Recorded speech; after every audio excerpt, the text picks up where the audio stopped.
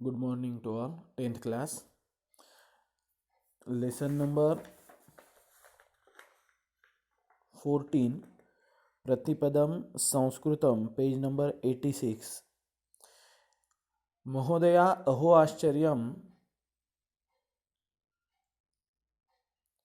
महोदयः न खलु परम कीदृशी एषा विश्व संस्कृत परिषद अपि भवान संस्कृतस्य छात्रः। वह व्यक्ति पूछता है कि महोदयः, ये पहला समीर छोड़ दो, दूसरा महोदयः न खलु नहीं नहीं। इससे पहले आपका हुआ था कि वह चार जो मित्र थे, कौन कौन से, प्रसाद, समीर, लीना और तनुजा, यह चार दोस्त है और यह विश्व संस्कृत परिषद के लिए दूसरे देश को जा रहे हैं। तो उनमें से समीर जो है, ये समीर तो भवतो महोदय भवतो संवादमया संस्कृत से संदर्भ श्रुत, आपके संवाद में मैंने संस्कृत का कुछ संदर्भ सुना है, तो क्या आप भी विश्व संस्कृत परिषद के लिए दूसरे देश को जा रहे हो, विदेशम प्रस्थित हो। तो उसने क्वेश्चन पूछा, तो उसका आंसर देता है वो महोदय। अभी यहाँ से शुरू हो गया, यहाँ तक हो गया था। महोदय न खलु, वह व्यक्ति बोलता है नहीं नहीं। परम कीदृशी ऐसा विश्व संस्कृत परिषद, लेकिन यह किस तरह की विश्व संस्कृत परिषद है। अपि भवान संस्कृत से छात्र हैं, और क्या आप संस्कृत के छात्र हैं, आप संस्कृत के स्टूडेंट हैं कि आप जिस विश्व संस्कृत परिषद के लिए जा रहे हैं, तो क्या आप वहाँ के संस्कृत के छात्र हो। तो समीर बोलता है आम। आम बोले तो हाँ। अहम IIT अर्थात भारतीय प्रौद्योगिकी संस्थानम इत्यत्र संगणक अभियांत्रिकी इति विषयस्य छात्रः। अभी देखिए, तो वह बोलता है अहम। अहम बोले तो मैं।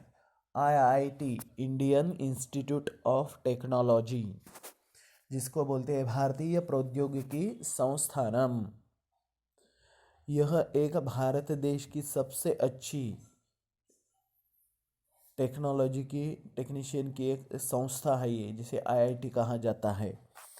तो वह बोलता है कि मैं IIT से संगणक अभियांत्रिकी मीन्स कंप्यूटर इंजीनियर इति विषयस्य, इस फील्ड का, इस विषय का छात्र, मैं स्टूडेंट हूँ। Means I am student of computer engineering in the Indian institute of technology.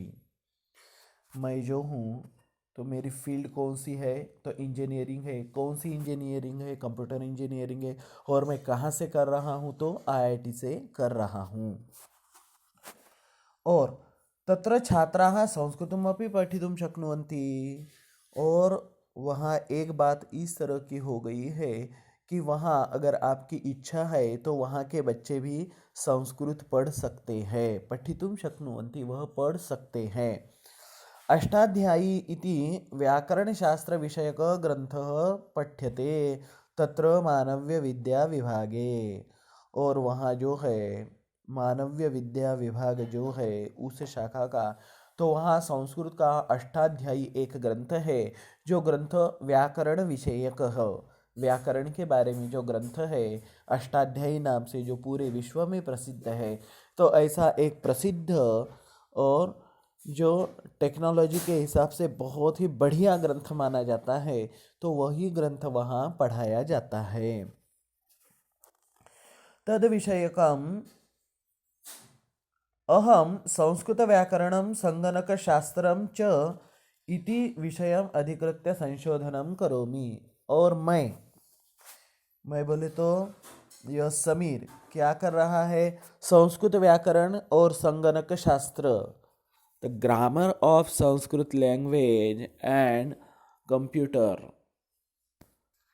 यह दोनों के ऊपर जो है वह मैं संशोधन कर रहा हूँ कि ये दोनों में कौन कौन सी चीज़ें साम्य होती है, और वह अष्टाध्यायी बनाई गई है तो उसमें किस तरह की लैंग्वेज है, और वह लैंग्वेज कंप्यूटर के लिए किस तरह से अच्छी हो सकती है। तो इसको आधार मानकर मैं कुछ संशोधन कर रहा हूँ। और तद विषयकम शोध निबंधम प्रस्तोतुम अहम परिषदि निमंत्रितः। और उसके बारे में का शोध निबंध प्रस्तुत करने के लिए मुझे संस्कृत परिषद में, विश्व संस्कृत परिषद में मुझे बुलाया गया है और इसके लिए ही मैं वहाँ जा रहा हूँ। देखो संस्कृत का मतलब कौन से फील्ड के लिए वो उपयोगी हो रहा है। संस्कृत का ग्रंथ है संस्कृत का, कौन सा है, ग्रामर का। उसका उपयोजन कहाँ हो रहा है, आईआईटी में। तो यह किस तरह से हो रहा है और अध्ययन कौन कर रहा है, कंप्यूटर इंजीनियर का छात्र। और वो भी दोनों में क्या साम्य है कि कंप्यूटर और पाणिनीय अष्टाध्यायी, तो इसका वो संशोधन कर रहा है और उसका शोध निबंध प्रस्तुत करने के लिए विश्व संस्कृत परिषद के लिए प्रदेश को जा रहा है। तो यह चीज़ देखी जाए तो यह एक बहुत बड़ी चीज़ है, बहुत बड़ा एक प्लस पॉइंट है संस्कृत वालों के लिए। नेक्स्ट, महोदया ओहो आश्चर्यम। तो महोदया बोलती है क्या आश्चर्य है। तंत्रज्ञान संस्थायाम संस्कृतस्य अध्ययनम। तंत्रज्ञान संस्था में भी संस्कृत भाषा का अध्ययन। क्वेश्चन पूछती है महोदय महाविद्यालये संस्कृताध्ययनं केवलं कलाशाखायाः छात्रा कुर्वन्ति इत्यासीत् मे मतिः। तो महाविद्यालय में संस्कृत का अध्ययन तो केवल कला शाखा के ही बच्चे करते हैं, ऐसा मैंने जाना था।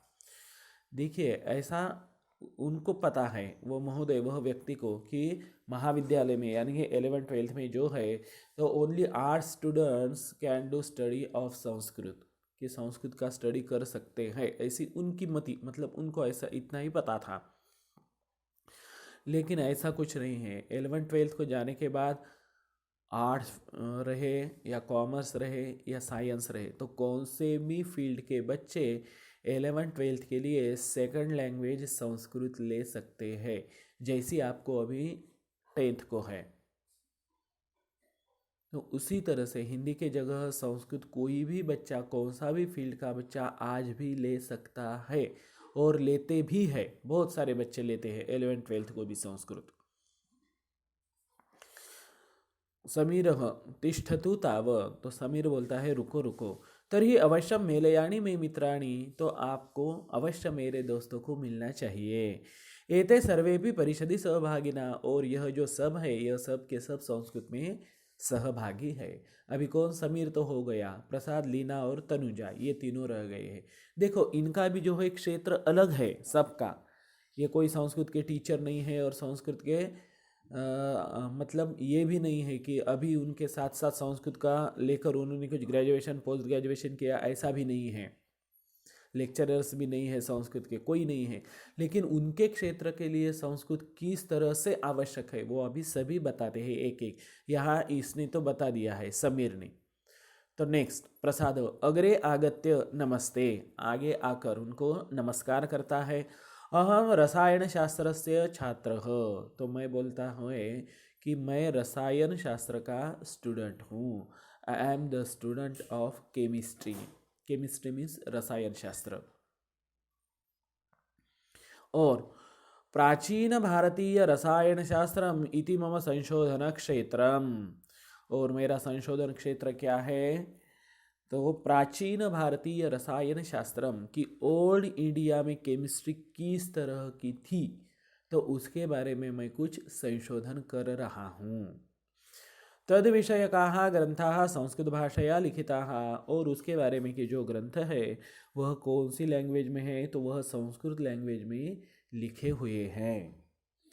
और शालायां यद संस्कृताध्ययनं कृतं तस्य उपयुक्तताम् अहम अधुना अवगच्छामि। और जब मैं स्कूल में था तो स्कूल में मैंने जो संस्कृत विषय का अध्ययन किया है, जो टेबल्स, धातु रूप, समानार्थक शब्द, विरुद्धार्थक शब्द जो याद किए हैं, उनका जो संस्कृत भाषा का अध्ययन किया है, तो उसकी कितनी आवश्यकता है यह आज मैं समझ रहा हूँ। मतलब वो इतना बड़े हो गए, उसके साइंस में ग्रेजुएशन पोस्ट ग्रेजुएशन हुआ है, तो इसके बाद भी वो फिर से संस्कृत का स्टडी कर रहे हैं। क्यों? क्योंकि इसमें कुछ तो नई चीज़ें हैं, कुछ तो यहाँ नॉलेज बहुत कूट कूट कर भरा हुआ है इन ग्रंथों में, कि जो उनको आना आवश्यक लगता है।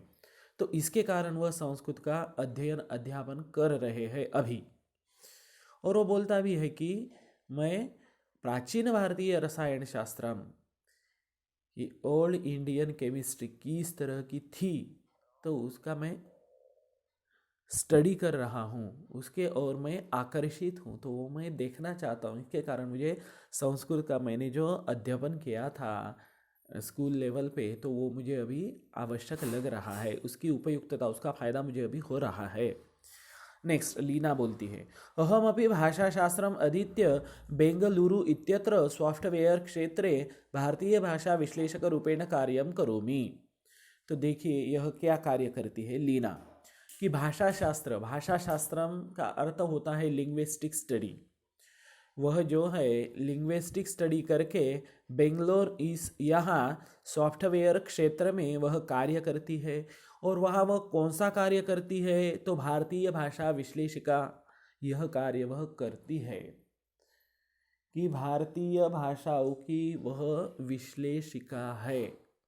पूरी तरह से विस्तृत रूप से कौन से शब्द अगर आपको मीनिंग नहीं पता चलते हैं, उसके बावजूद कौन से शब्द के अर्थ संशोधन करने में आपको कोई कठिनाइयाँ आती है, या यह वाक्य इस तरह का क्यों है, यह भाषिक या व्याकरण के हिसाब से रॉन्ग तो है या नहीं है, तो ऐसे तज्ञों को वह मार्गदर्शन करती है, क्योंकि भारतीय भाषा विश्लेषिका है वो, तो वह उस रूप से कार्य करती है।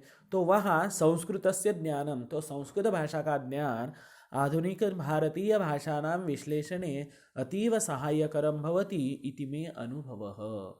तो यहाँ अभी भारतीय भाषाएं देखा जाए तो देखिए भारतीय भाषाएं सभी संस्कृत भाषा से ही उत्पन्न हुई है, क्योंकि संस्कृत भाषा मुख्य है। अगर भारतीय भाषा पर यार जब लिंग्विस्टिक स्टडी की जाती है, तो वहाँ जो है भाषाओं की भी फैमिली निर्माण की है उन लोगों ने, जो भाषा शास्त्र तज्ञ हैं वह।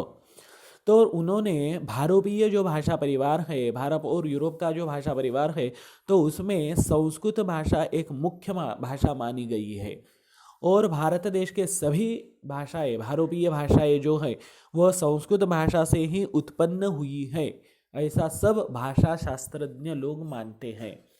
तो वह वही बोलती है कि संस्कृतस्य ज्ञानम, तो संस्कृत का ज्ञान लेते हैं, तो आधुनिक भारतीय भाषा नाम, तो नए निर्माण हुए वाली जो कोई भारत की भाषा है उन सब का विश्लेषण करते हुए यह ज्ञान बहुत ज़्यादा आवश्यक है, ऐसा मेरा खुद का अनुभव है। मैं उस पद के ऊपर कार्य करती हूँ और मुझे ऐसा लगता है कि संस्कृत का ज्ञान वहाँ बहुत ज़्यादा आवश्यक है। तो देखो यहाँ भी कौन से भी भाषा की विश्लेषिका रहती है तो उसके लिए संस्कृत का ज्ञान आवश्यक ही है। मतलब फिर से संस्कृत का जो है यहाँ इम्पोर्टेंस बढ़ गया है।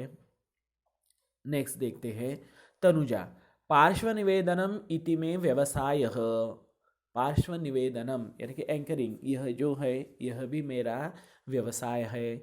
तो संस्कृत श्लोकादीनां पठनेन शब्दोच्चारणस्य उत्तमः अभ्यासः भवति। तो संस्कृत श्लोक वगैरह पढ़ने के कारण यह शब्द किस तरह से उच्चारण करना है तो उसका बहुत अच्छी तरह से अभ्यास होता है। संस्कृत श्लोक के उच्चारण के कारण आपकी वाणी शुद्ध होती है, आपके उच्चारों में स्पष्टता होती है। और तेन च, और उसके कारण अभिनये निवेदने च प्रभावः वर्धते, और उसी के कारण अभिनय करते समय या कुछ निवेदन या किसी को कुछ स्पीच देते समय आपका प्रभाव बहुत ज़्यादा बढ़ता है। आपके उच्चारण में जितनी शुद्धता होती है उतना आपका प्रभाव जो है वहाँ बढ़ता है, चाहे वह नाट्य रहे या चाहे वह एंकरिंग रहे या आप किसी को उपदेश करते रहे। सांप्रतम अभी कला क्षेत्रे कार्यरताः अस्मासु केचन, जो कुछ कला क्षेत्र में हमारे दोस्त कार्यरत है तो वह सब भरत मुनेः नाट्यशास्त्र से अध्ययनम कुर्वन्ति, भरत मुनि के नाट्यशास्त्र का यह सब लोग जो है यह अध्ययन कर रहे हैं। देखो भरतस्य नाट्यशास्त्रम, ये भरत मुनि ने लिखा हुआ एक बहुत बड़ा ग्रंथ है, जो जिस ग्रंथ में 12,000 श्लोक है ऐसा माना जाता है। यह नाट्यशास्त्र का एक बहुत बड़ा ग्रंथ है सही में, लेकिन अभी ऐसा माना जाता है कि यह 12,000 श्लोक का पूरा सार जो है 6,000 श्लोक में बना दिया गया है।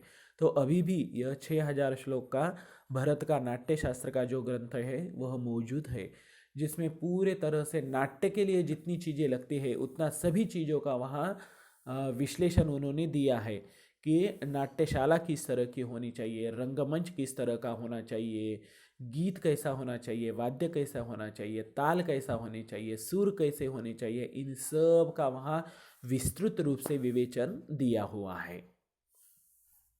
तो देखिए इन सब का अभी प्रसाद, समीर, लीना और तनुजा, ये चारों भी जो स्टूडेंट है, यह इनकी मेन फील्ड संस्कृत नहीं है, लेकिन वो जिस कौन से भी फील्ड में काम करते हैं तो उन सभी फील्ड में इनको संस्कृत का ज्ञान बहुत आवश्यक लगता है। और वो ये सब इनमें से 2-3 लोग तो ऐसे हैं जो संस्कृत और उनके फील्ड के ऊपर रिसर्च भी कर रहे हैं। तो इस तरह के संस्कृत का सभी क्षेत्रों में जो है वह अपना अपना एक अलग स्थान है, और सभी क्षेत्रों की इन्फॉर्मेशन जो है वह संस्कृत में उपलब्ध है। इसी के कारण संस्कृत को जो है एक श्रेष्ठ भाषा कहा जाता है। तो देखिए बाकी का बचा हुआ जो है वह नेक्स्ट वीडियो में देखते हैं। देखो ये आज का वीडियो बहुत ही इम्पोर्टेंट है, आप इसको बहुत अच्छी तरह से पढ़ें, इसके समझने की कोशिश करो, और अगर आपको इसमें कुछ डाउट आते हैं तो आप मुझे डायरेक्टली कॉल करें। थैंक्स, धन्यवाद।